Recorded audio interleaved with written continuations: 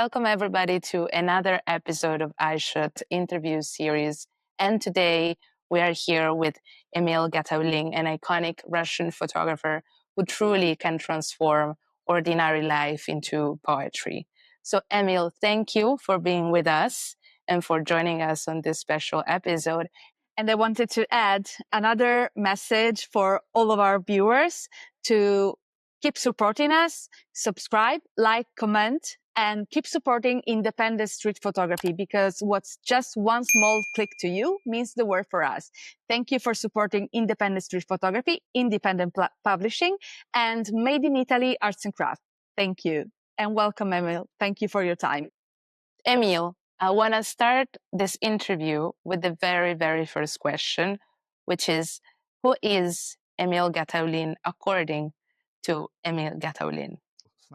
Firstly, I would like to thank you for the invitation and for having me today. And also, I wanted to thank Eyeshot for publishing my book. It's such an honor, and I'm grateful that my work is going to be published with you. Answering to your question, usually when someone asks me who am I just reply with I'm a photographer. That's it. Well, basically, my degree is related to art, and regarding to my degree, I'm a painter, and it was my specialization for the most time of my life. But then at some point, photography became important to me, and I started to do it more seriously. And now I would say that photography is just the main thing in my life. And can I ask you, Emil, exactly when did photography enter your life? And how did it happen? If you can tell us a little bit about it. The story starts really early. So when I was about 15 years old, I spent summer in the countryside in my grandmother's house, and my uncle, he loved photography, and he had a lot of camera gear and equipment. And when he died, all of the stuff he used to make photography, it all just came to me, and I started to explore it and use it. And my first camera was an old vintage Russian Zenit. It was a film camera, and I started to shoot with a black and white film. So in the beginning of 2000s, when I was in the university, I was learning how to be a painter in Moscow, and I was doing photography, but it wasn't that much an important thing to me. It was kind of like a hobby. And then after I graduated, painting became more like not an art, but the way to earn money for me. It wasn't the way for me to express myself as an artist, but I still had this need to express myself as an artist, and I understood that photography can be this way and this instrument for me to explore the world and express myself. Thank you for sharing that. We've also learned that apart from your big influence as a painter and your painting studies, your father was a singer and your mother was a music teacher as well. So you're kind of coming from a very artistic background. And I wanted to ask you, how do you think this artistic background and influences have influenced your photographic vision? Mhm. Um, of course, it had an influence and an impact on me. My parents, I'm really grateful to them because they supported me and they supported my artistic um, vision, and they supported me even when I was a child. Um, they gave me to the art school and then supported me when I decided to go to the university to study art. So yes, I think it had an impact on me. And after all these years since you left, in a way, painting, what do you think is still inside of you from your painter soul? Of course, this artistic background, it had a huge impact on me because uh, the uh, because my understanding of art and uh, the way I studied it for years, it just written inside me now. Like I saw different painters, different pictures. And now sometimes when I do photography, I don't even realize that I'm influenced by someone or that I don't even have to think about it. It's just inside me already. And I think um, a lot, um, I think that as a photographer, of course, I was formed a lot and influenced a lot by the art that I studied. But however, even if I studied art and even if I was influenced by different artists and painters and paintings, that's what I actually like about photography, that it's different from paintings, because painters, artists, they can spend even years working on a piece of art. But when you're a photographer, it's all about one moment. It's all about 1 second, and photography, uh, a lot uh, in photography is about that, and that's what I like. Also, there are two more things that differs photography from paintings, and these things I really enjoy, because the second one is the innate documentary of photography's nature. Like what I do, I capture the reality. Um, I don't make up anything. And the other thing is the importance of accident, because you you just rely on reality. You don't, like I said, you don't have to make up anything. You have to look inside the world. You have to capture the moment, and these things for me, they just inspire me a lot, and I think that that's what outstained photography for me out of paintings. Thank you, truly, Emil. It was a really interesting explanation. So thank you for that. Yeah, And I will absolutely. pass it on to you. Yeah, there are a few more things that I'd like to ask about your background. For example, back to your memories of your first camera, of the first times you approached photography. Do you think these memories shaped your vision, your choice in subjects, perhaps? Well, I think that when I spent each summer of my childhood in the village, in the countryside, in province, in Russian province, they were the happiest moments of my childhood, and I recall them with very, very warm feelings. And I think now when I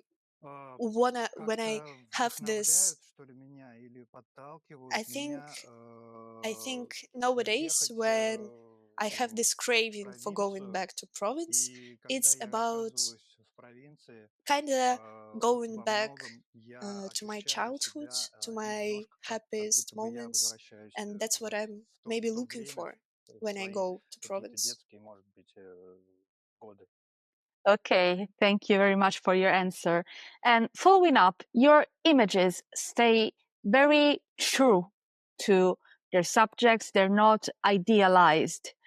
And how do you maintain the balance between emotions and respect and observation, basically?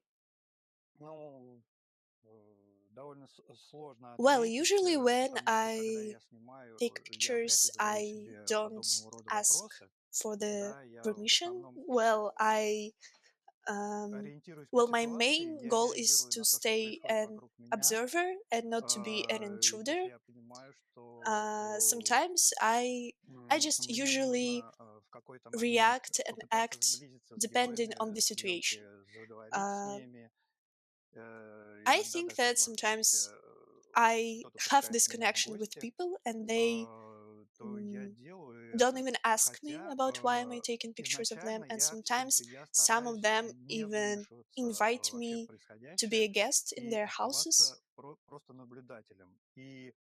I think usually um, I just have a visual contact and eye contact with the characters that I take pictures of, and if they don't tell me that they feel uncomfortable when I take pictures, I just continue to shoot. And I think that sometimes, I think that sometimes you just have a consent with the characters, and when you say something, it's gonna ruin something. So if they don't uh, say that they don't want to be in the pictures, then I don't hesitate to shoot.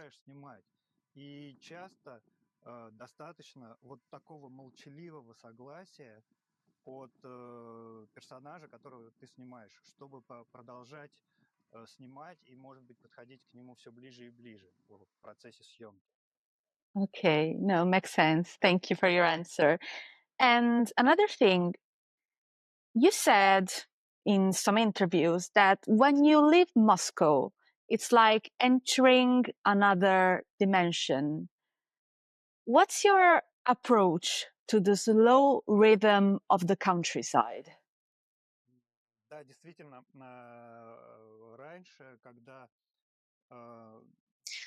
So that's actually true.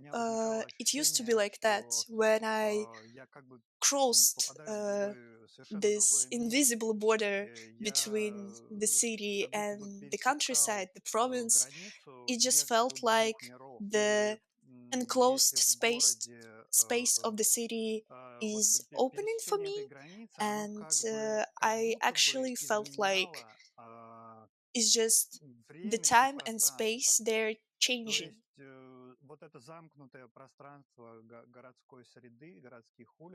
Well, in the city, it feels like the time is accelerated, while in the province, it feels like the time is frozen.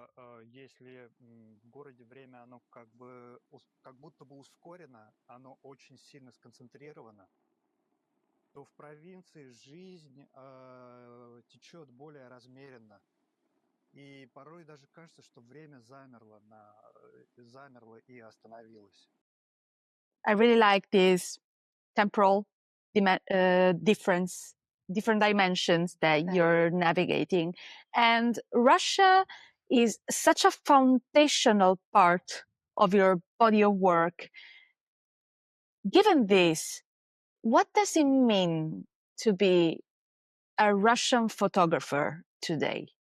I have to admit that I haven't uh, I haven't been in province for several years now. I don't feel like I want I don't feel like I have a villain to shoot something there right now.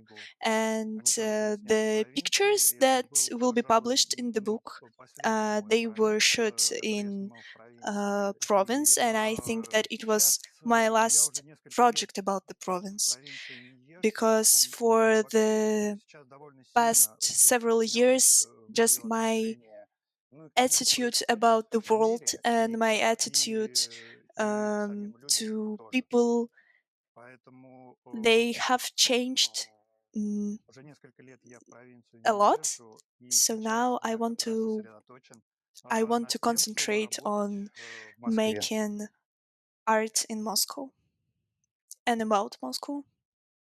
And what kind of advice would you give to a younger street photographer who's just starting their journey, especially in a context like Russia in general? Well, I would say that young street photographers, they should think twice before entering um, this field, because I think that street photography, it requires a lot of dedication and time, and sometimes you have to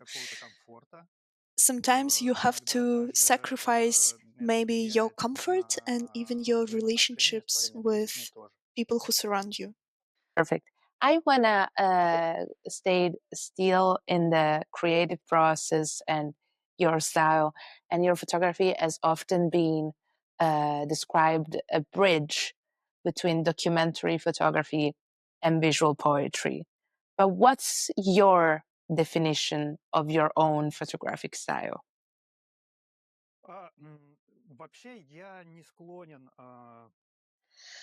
Um, I would say that I'm not willing to classify my style and my photography. I don't want to label it as a street photography or as an art photography or as a documentary photography. I think that I want to combine both the documentary and art in my photography.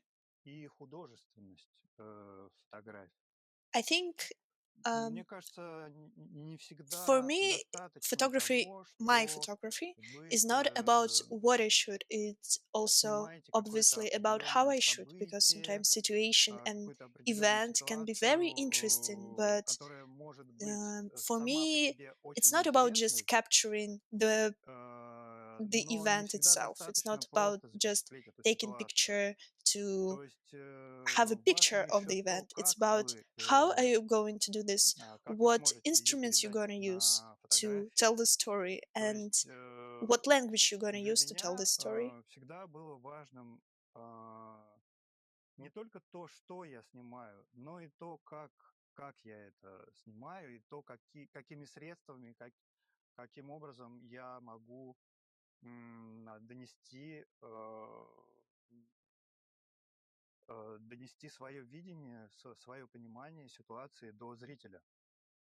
That, I guess, truly encapsulates your work and your vision. So that's exactly the reason behind the question. I wanted to ask you, in one of your interview, you said that painting became a craft while photography became a reason of life. What do you mean by that? And can you elaborate on it a little bit more?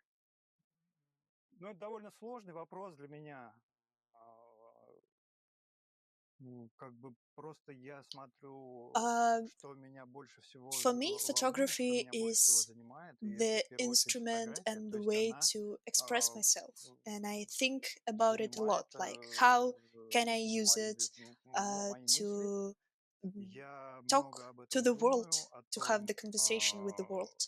So I think photography is the such an important thing for me and a huge part of my life, because it's just the channel of communication for me.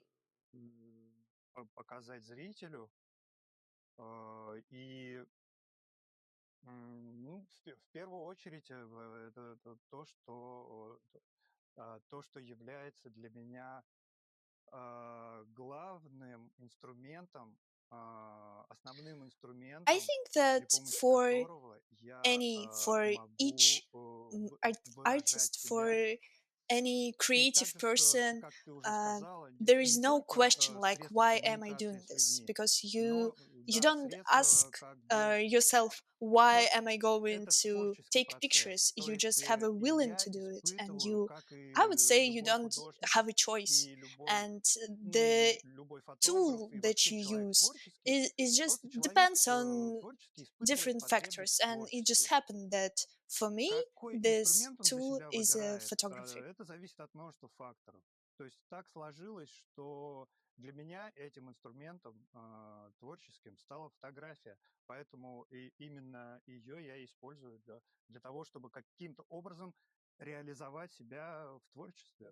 Absolutely. And for a long time, black and white was your signature. What did you love the most about that kind of aesthetic? Did it give you artistically? Well, when I started to do photography, I didn't actually have a choice, because it was I was a kid. It was the end of uh, 90s, and I had this old film camera, and I didn't have any other equipment and gear, and I really enjoyed into the process. I really enjoyed the process of taking picture and then getting a physical image, and I enjoyed the aesthetic of the dark room, and I just I was mm, amazed and interested in how I can get a physical image from just taking a picture and looking at the viewfinder, and then that's what I have, a real image just in my arms, and I get it all by myself. I would even say that when I was shooting in black and white, I it was just my way to see the world. As a person, I think I was looking at the world through the lens of black and white image, and I was thinking that I just don't need the color.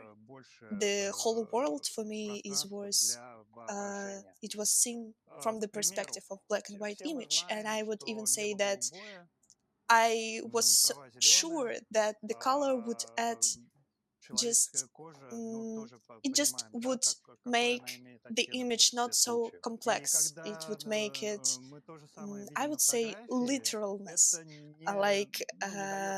There wouldn't be so much space for imagination for the viewer, for the audience, if that would be a colorful picture.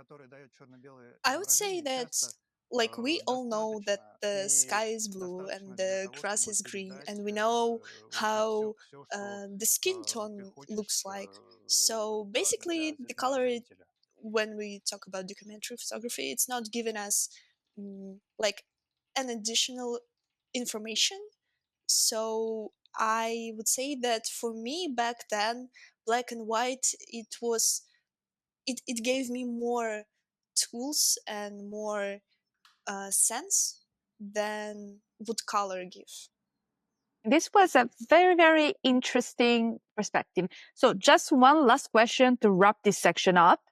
And so, your art has undergone, among the others, two major changes. So, you switch it from analog to digital and from black and white to color.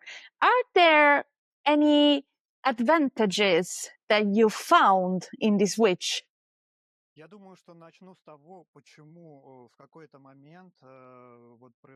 Well, firstly, I think I have to explain why this changing happened. So I had been shooting on the black and white film for a very long time. I think for almost 20 years. So I think around 2015, I just realized that I don't understand how I can develop myself as a photographer, how I can cross the borders, and I I started to have a feeling that I just repeat myself over and over again. So I just started to think how I can reload my mm, artistic vision, how I can reload the process, because um, changing from black and white to the color, it wasn't just about the picture, it was about me willing to change the way that I see the world. The value of black and white for me was about getting control over the whole process of shooting, starting from taking picture and going to the developing process, to the darkroom. And I didn't think a lot about switching mm, to the digital camera or to the color film, to the colorful film, because it wasn't for me. Both of these ways, they weren't for me um, about taking control over the process. And black and white photography was for me about mm, shooting manually, all of it, and the whole process was manual for me. So I think that mm, I just didn't see the point of I didn't see the point in switching to the color film. I just decided to switch to the digital, straight to the digital.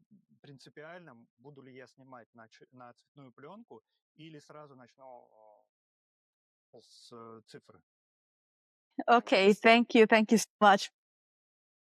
I'd say we can get into a bit of nerdy stuff. Yes, Yeah. absolutely, exactly. And I want to stay a little bit on the topic, and I wanted to ask you, in an interview of yours, you mentioned that projects take place much later from photographs that have already been edited or reviewed.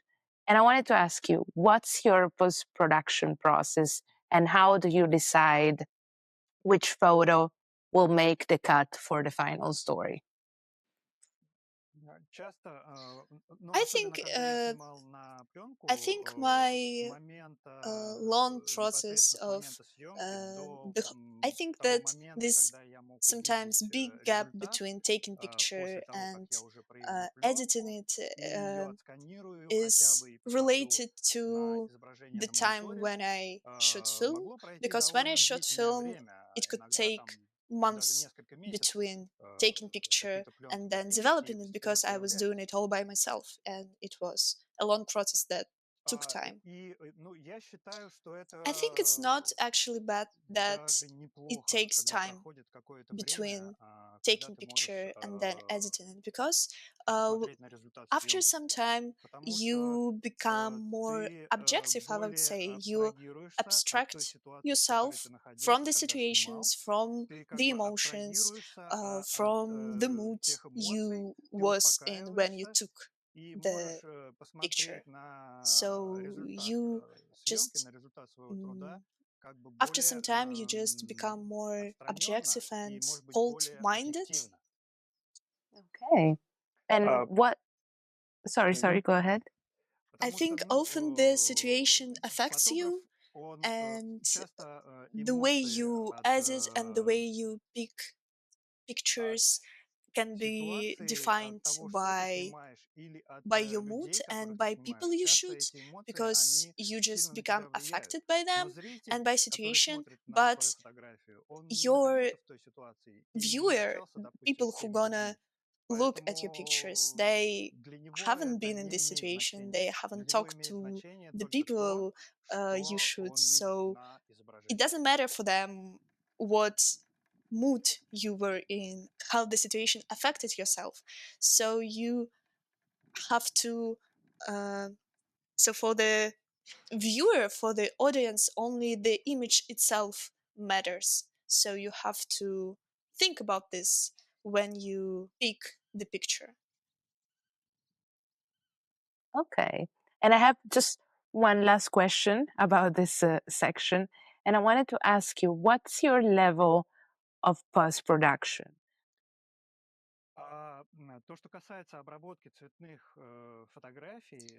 I would say that for me, it takes a lot of time to uh, to edit my color pictures, and I spend not only a lot of time but a lot of energy on it as well. I I'm a perfectionist, so I always think that I can do better, and not only in photography itself but in editing. So often this stage become become a difficult for myself. I think that sometimes I can even neglect something, I can skip something, and um, it wouldn't actually matter. But I get used to take a lot of time to edit, to do everything perfectly. I always think that maybe this one is not as good as it could be. So I just repeat it over and over again, and it takes a lot of time because it always feels for me that I'm not doing it as good as it could be, and it actually makes the process very long.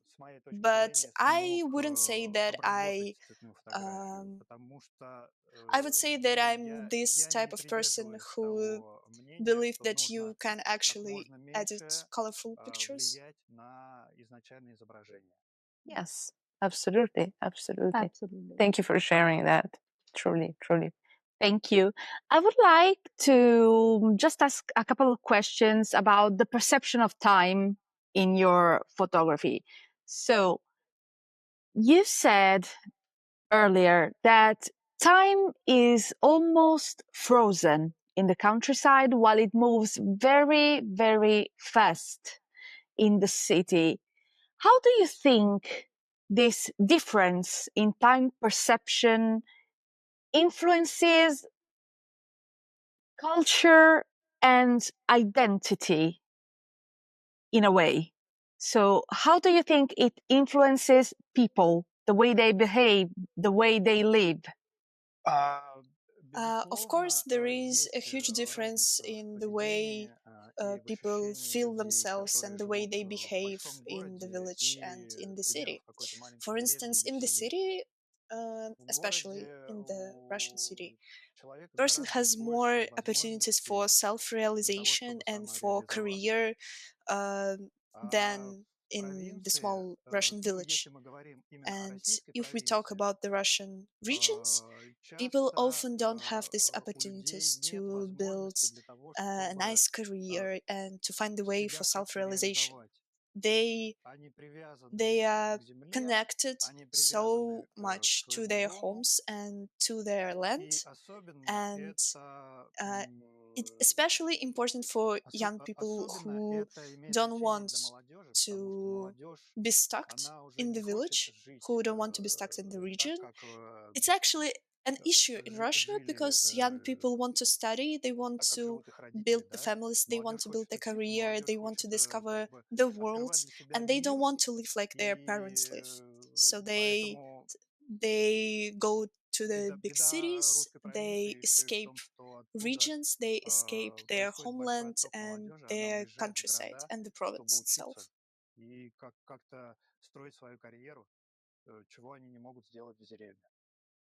Okay, thank you so much for sharing. And just another question on this topic, then we can switch to another more pressing topic that I had in mind.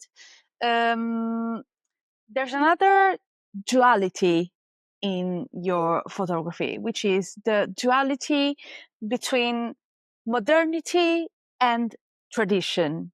What's your personal experience with this contrast?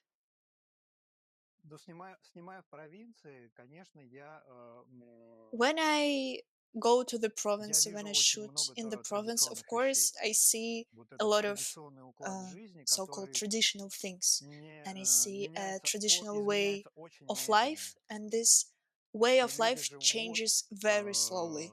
It looks like people live not in the present, but in the past. And in the province, you can see it crystal clear. Like it concerns both the way of life and the way of it concerns how people live and how they act and how they feel themselves. And I would even say that many people use tools from the past or even from the century before the past in their everyday life.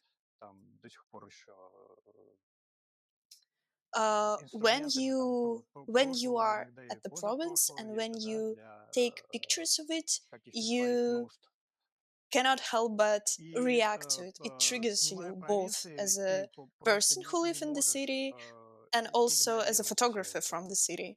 So you cannot not take picture of the way people live. It's just something you react to and maybe you don't even realize it. But as a modern person, as a person from a modern city, you have some tools and some opportunities to create a modern image. You have the way of modern visual, you have the tools of modern visual language. So you try to combine both film and traditional things in the province and talking about them in a modern language.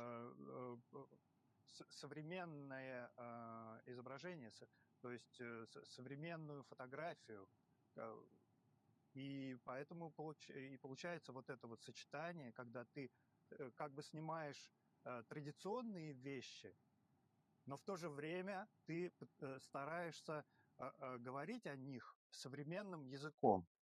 Yeah, thank you for adding this insight because this is leading exactly into my next question, which is how can photography change people's minds about complex issues? How can it broaden their perspective?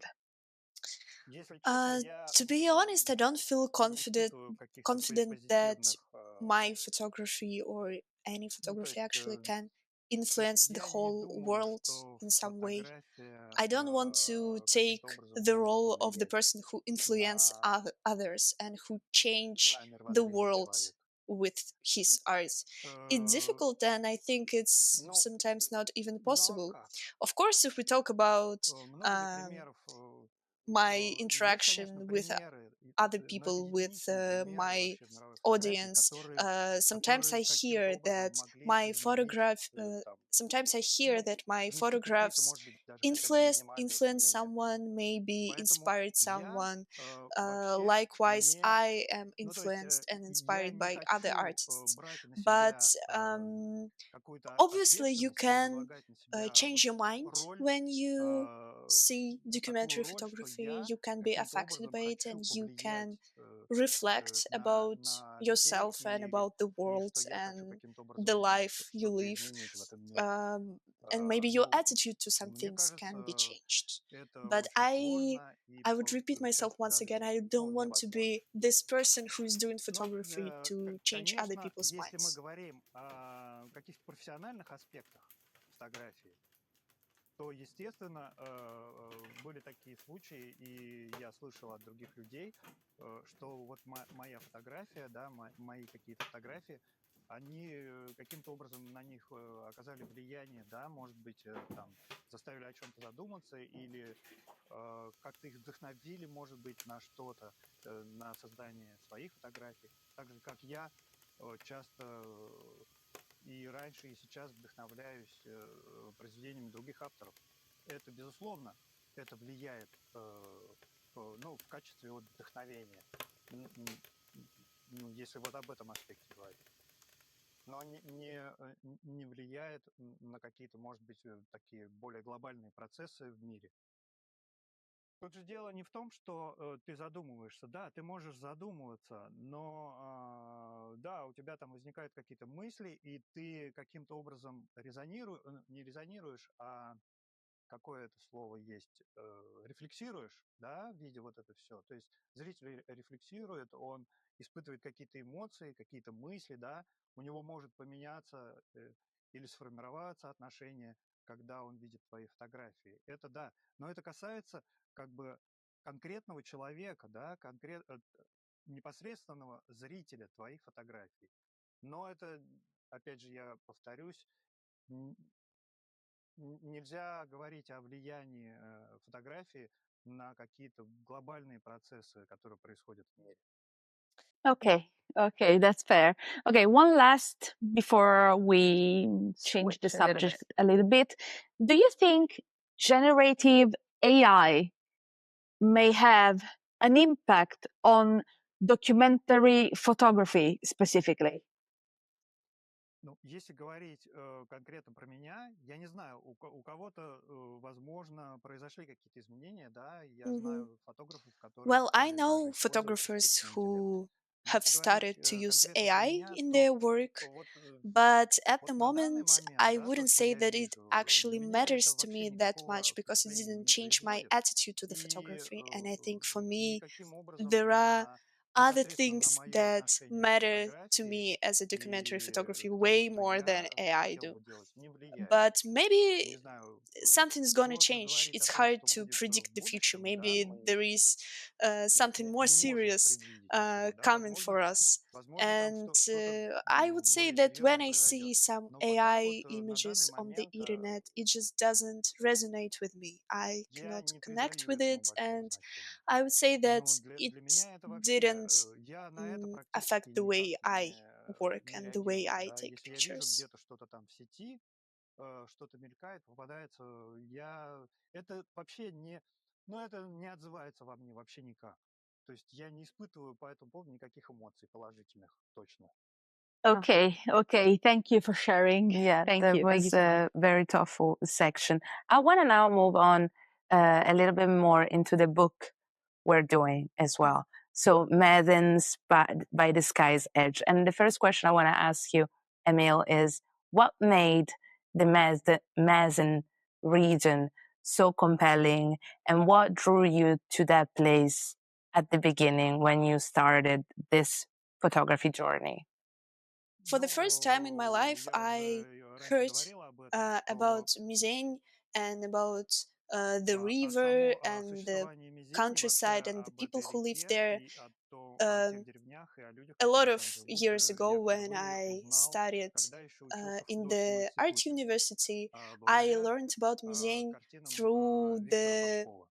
paintings of Но Russian artist named Viktor попал, Popkov. в первый раз попал на Мизень я гораздо позже.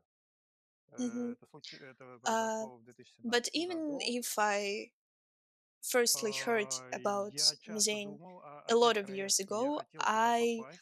actually Я видел некоторые decided to go изображения, there uh, снятые way там, later. но I это довольно I often I was thinking a lot about this глубокая region and провинция about this российская, place, and I knew куда, that I would like to go в there, общем, but попасть I should не так admit that it's просто. actually quite a deep И province. It's not в один момент like really easy to get просто there. мой друг, фотограф, Um, and I really предложил wanted to go to Mezen for совместную years, поездку на Mezen, but I didn't have a chance to. на And его all of a машине. sudden, at some point, my Я, friend, who's also a естественно, photographer, he не suggested to go раздумывая there all together согласился, и как because бы мы he вместе had a поехали car. туда.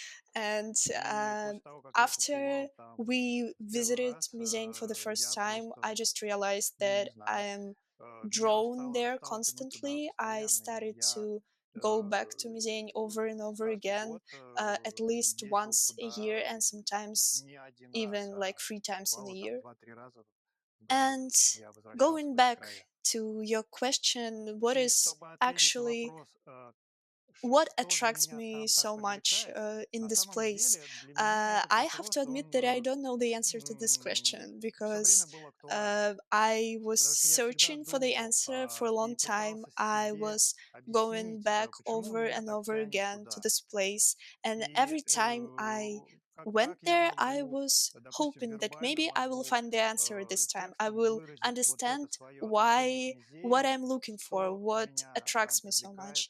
But I think that I still not quite sure, and I can explain what actually draws me there so much. That there is something uh, that I can explain, that I can put into words, and I'm still searching for this answer. Я до сих пор не уверен, что я нашел ответ на этот вопрос и могу вот четко объяснить, что же там, да, что же в этой мизене такого, что меня так привлекает. Love that. Love that. And one last question about the book. I want to ask you, Emil, what is the message you want to convey with this book to the audience who's following you? I think that's a tough question, and it's kind of related to the previous question, like what attracts me in Mezen. I think what I want to convey to other people is not connected specifically with this book, but it's connected generally with what I'm interested in the photography, and generally like what interests me in the world. I think I just want, with this book and with these pictures, I want to simply share the beauty of this place, and I want to share the beauty of the world. And for some people it's going to be the world that they have never seen before, and I just want to maybe share and have some I would say that maybe I want to share this beauty, and I'm hoping that maybe people will have a response to it. Maybe it will just talk to them. Perfect. Perfect. Think it definitely resonates with us. So we're pretty sure Absolutely. it will resonate with the rest of the world too. Before we go into the fun gaming section that Marilu was presenting before, we want to just do a little photo analysis. So Marco has selected a few pictures from the book, from the book we're doing together. And we would like for Emil to maybe share a little anecdotes behind the photo, or any technicalities or things that might have happened in that moment that he thinks could be interesting and he would like to share with the rest. Perfect. So this would be the first picture we would like to discuss together. So I took this picture in the small village called Glotova. And the story behind this one is that in Russia, especially in Russia, in winter it gets dark super early, and the daylight hours are very short. So I wanted to extend my shooting day, and I took a tripod and went out for the night shooting. And here you can see on the background there is a church. There are ruins of a church. You can see that there are trees growing out of it, and behind us there is an abandoned Soviet car called Zaporozhets. Oh, and that green light coming behind the house, what was that?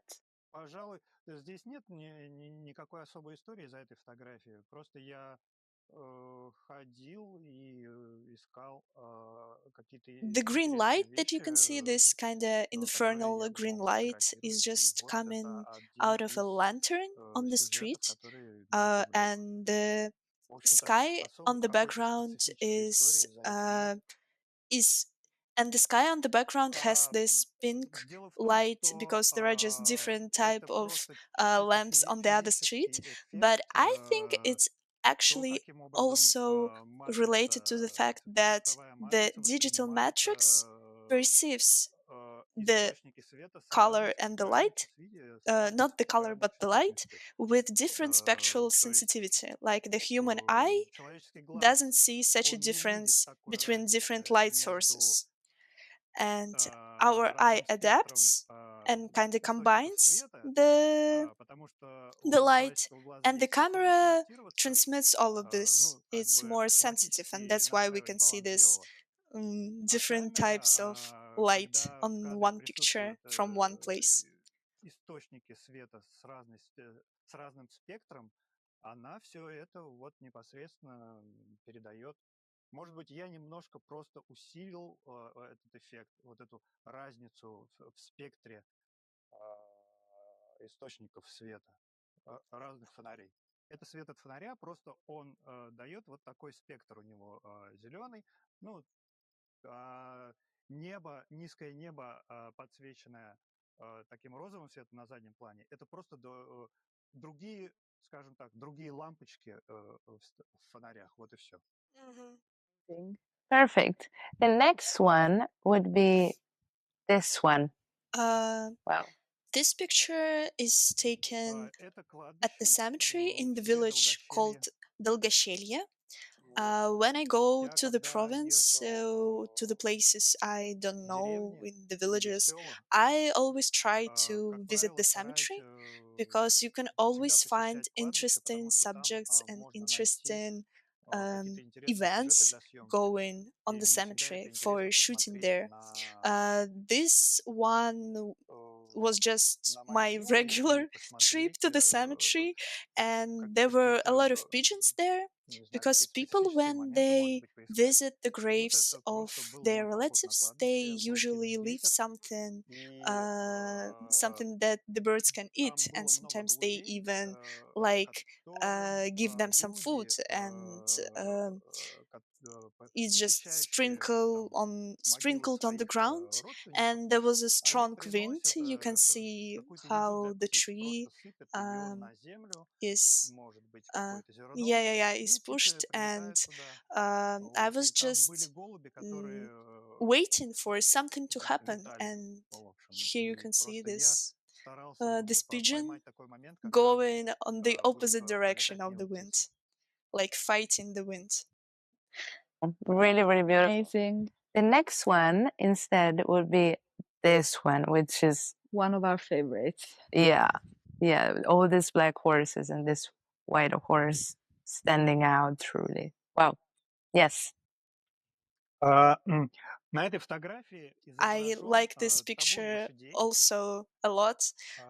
This photo, you can see there is a herd of horses. This picture was taken also in one of the villages where was a stable, and there were horses of a very special, specific local breed called Mezen breed, like the place. So these horses, they were kept in a large pen, and I was filming them through the boards of a fence. I was looking for maybe some holes in the fence to put my camera there and take picture of them. But at some point, I realized that I want to shoot from another angle. I want to be higher than them, so I had to climb over the fence, and maybe that was the thing that attracted this white horse, like it triggered her, and she then that's why she turned back. So the funny thing is that I was actually on the fence there trying to take this picture. Last one would be the book cover. Well, I wouldn't say that there is a very special story here, but I really like this picture, and what's happened there is Well, what you can see here is a very common thing for Mezen. There were children playing in the backyard, and I was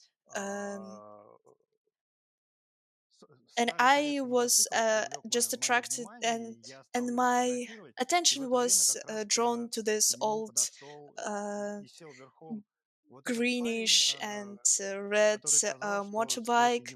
And at some point there was this guy who came up and he sat on this motorbike, and he said that it was actually his motorcycle. And then I told him, could you just pose, not like pose, but could you just hold on for a bit, I'm going to take a picture of you. And except for the fact that you can see the combination of this motor and except for the color combination of his hat and the motorbike and the grass, what I really like about this picture is the way he looks straight to the camera, a little bit serious and a little bit like sideways look he has. Yeah, this picture is very, very powerful in its simplicity, for sure. So that was it as far as regards the photographs. And we want to wrap it up. Yeah. Before we go into the fun part, we want to say again, Emil, thank you so much for being here, for taking the time to talk to us. And Barbara, you were an incredible, incredible assistant and a great, great translator. So truly thank you to you as well for taking the time and bear with us. Absolutely. So thank you guys, both of you. Thank you so much. It was a pleasure.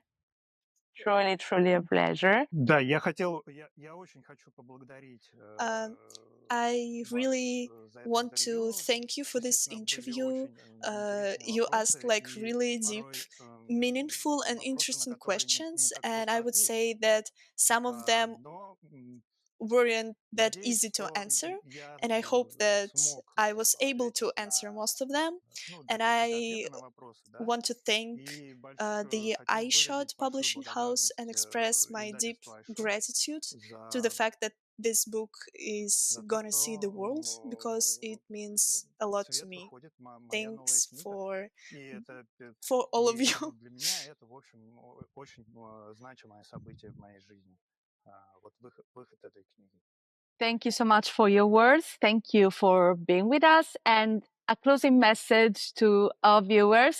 Thank you for watching. Thank you for supporting us, because what's just a small click to you means the world for us. Keep supporting independent street photography, independent publishing, and Made in Italy arts and craft. And see you in the unfiltered episode.